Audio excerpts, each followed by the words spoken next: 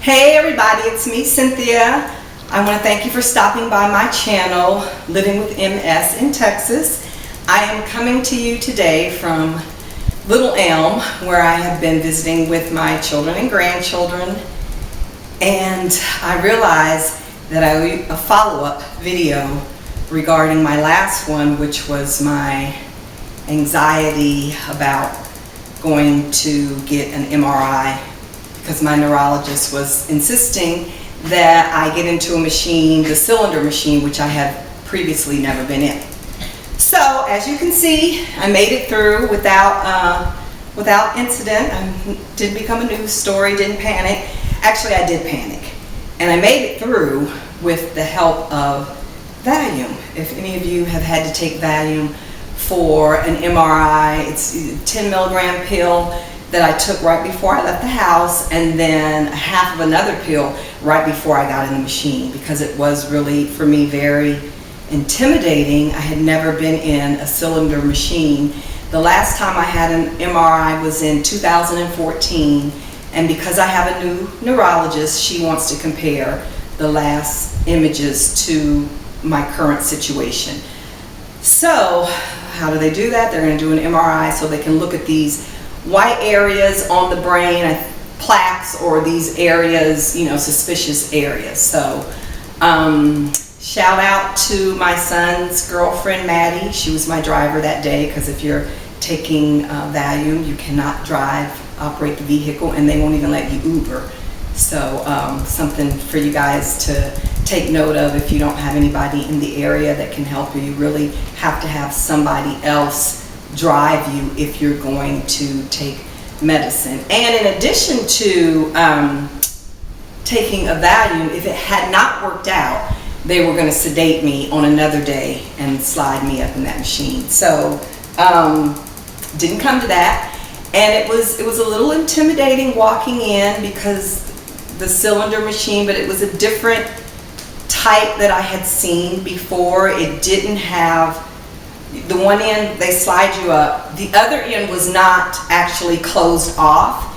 It was a cylinder, but it was a much bigger machine, because it was a machine that they use when they have a large patient. So when I called in to schedule the MRI, I requested, I didn't request it. I was talking to the scheduler about my anxiety, and she actually suggested that there was a location that I could go to where they had a larger machine that they use for larger patients. So it worked out.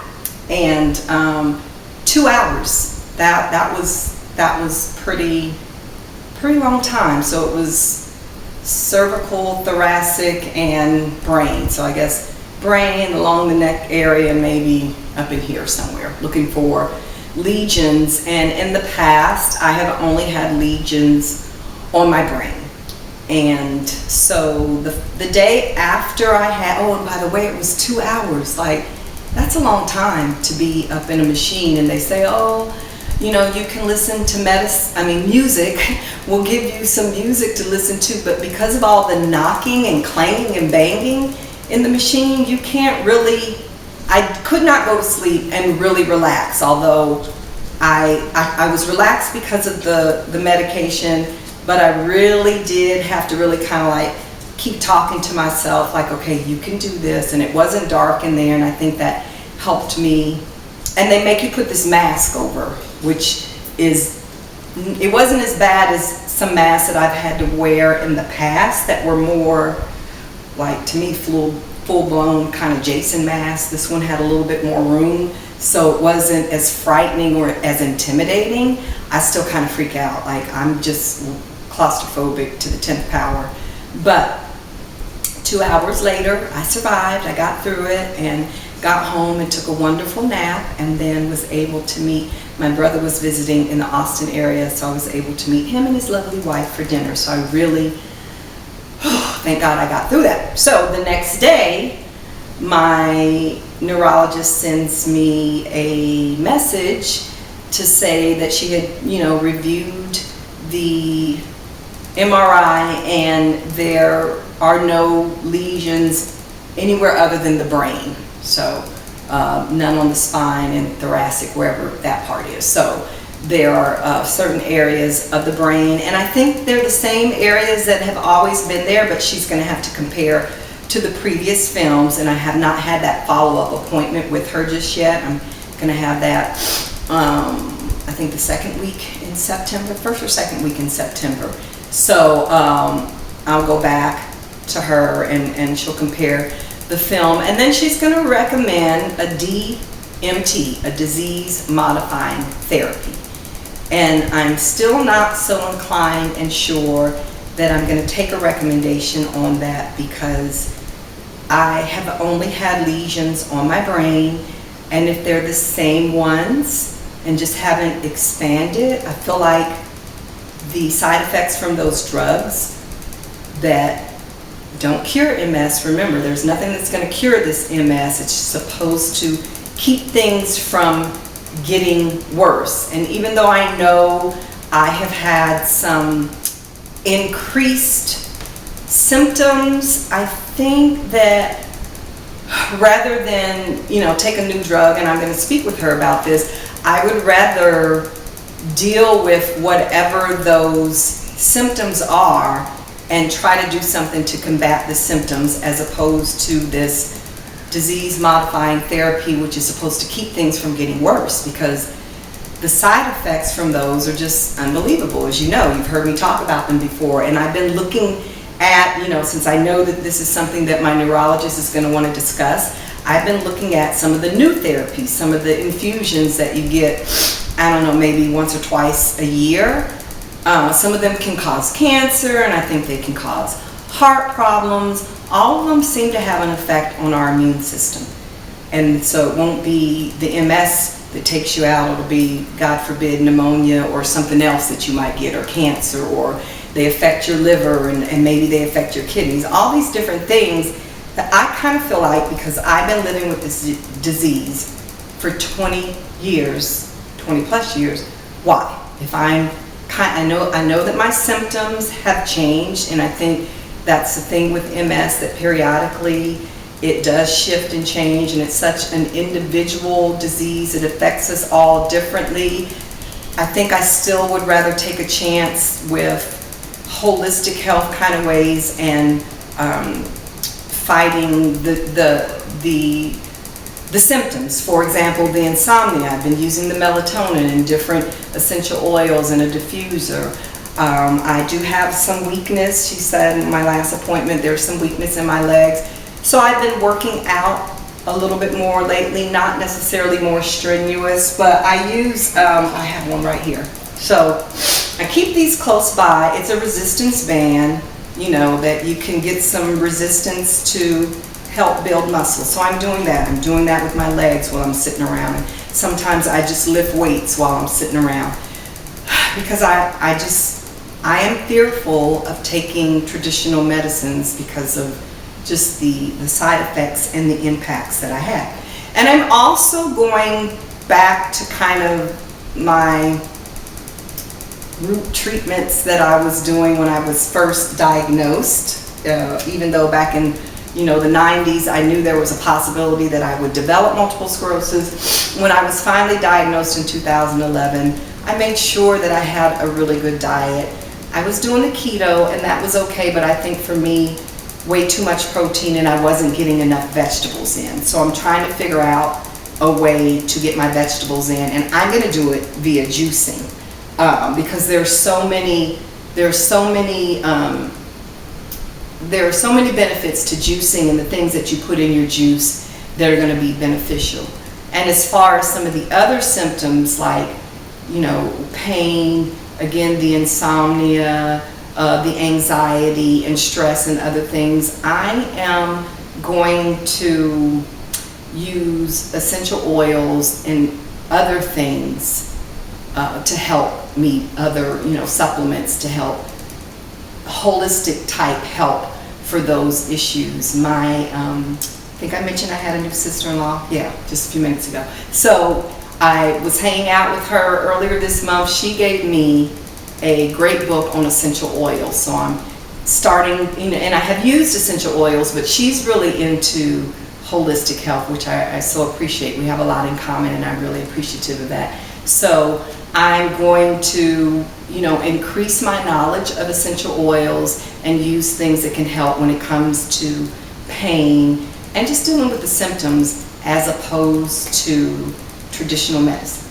But I know my neurologist is going to have a different idea about how we should manage this disease, and I will follow up and let you guys know after my appointment. I'm sure she is going to, recommend. And I don't know, I'm in the middle of a VA disability claim, because apparently there are a lot of soldiers who develop multiple sclerosis, so much to the point that the military considers it to be a service-connected disability if your symptoms show up or you're diagnosed within a certain amount of time, and I fit that criteria. And it may be that they're going to require that I follow a traditional therapy, and if that's the case, then I may not have a choice, but I'll cross that bridge when I get to it. And until then, like I said, I'm going to use holistic things, and I'm going to start juicing to get some of my nutrients that I need. In fact, today I am not going to have wine. I'm going to have, this is some beet juice that I made. I do have a juicer. I think I have a video, one of the videos that I've posted previously is about juicing and the benefits of juicing. This is beet, celery, apple, ginger, and lemon.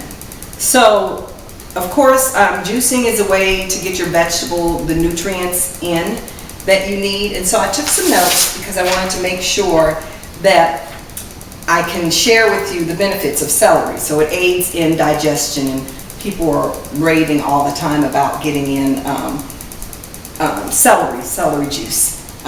Ginger is an anti-inflammatory. It reduces pain. It also aids in digestion.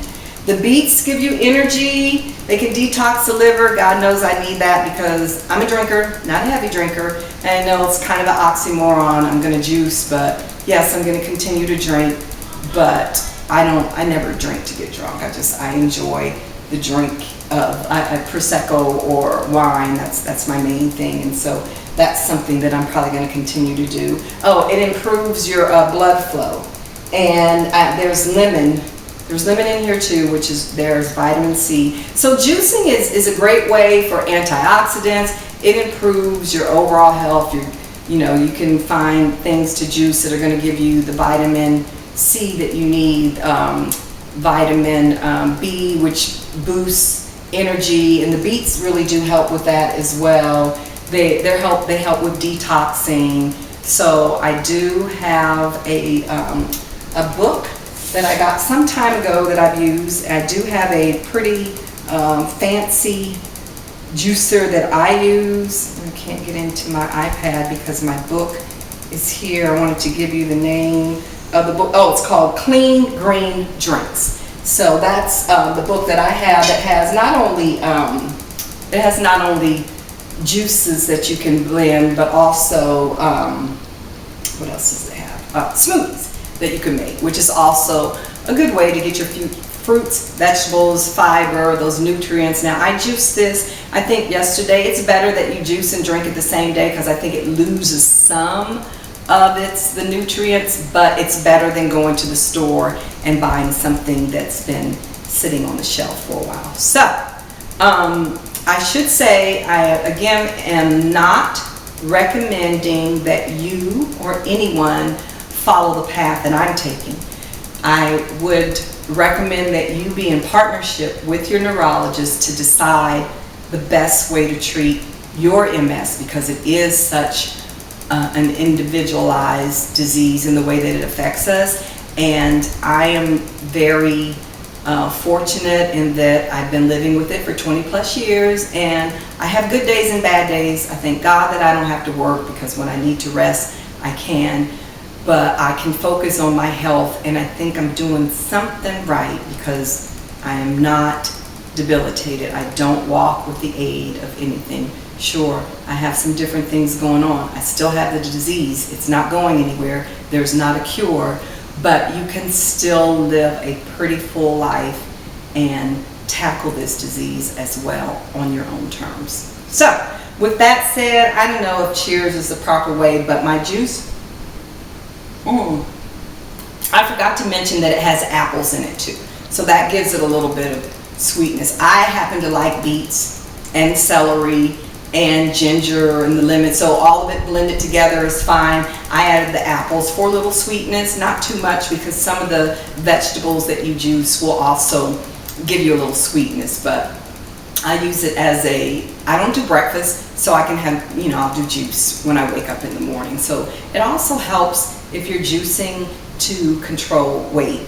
Some of these, some of the things that you can put in a juice will help with bloating and digestion, and it gives you fiber, so everything is just functioning the way that it should. And anytime you do that, that's a good thing for just your overall health in general. It's not going to cure MS, nothing's going to cure that for us, but there are certainly things that we can do to feel better along this journey. I want to thank you again for stopping by. I hope that I am sharing information that is beneficial for you, a family member, a friend. If there's a subject or question that you have, if you leave me a comment, I generally try to respond as soon as I see it there, but I certainly will follow up. Anything that I can do to be helpful as you continue your journey with MS, I hope to be able to do that for you. So again, thanks for stopping by, and until next time, bye.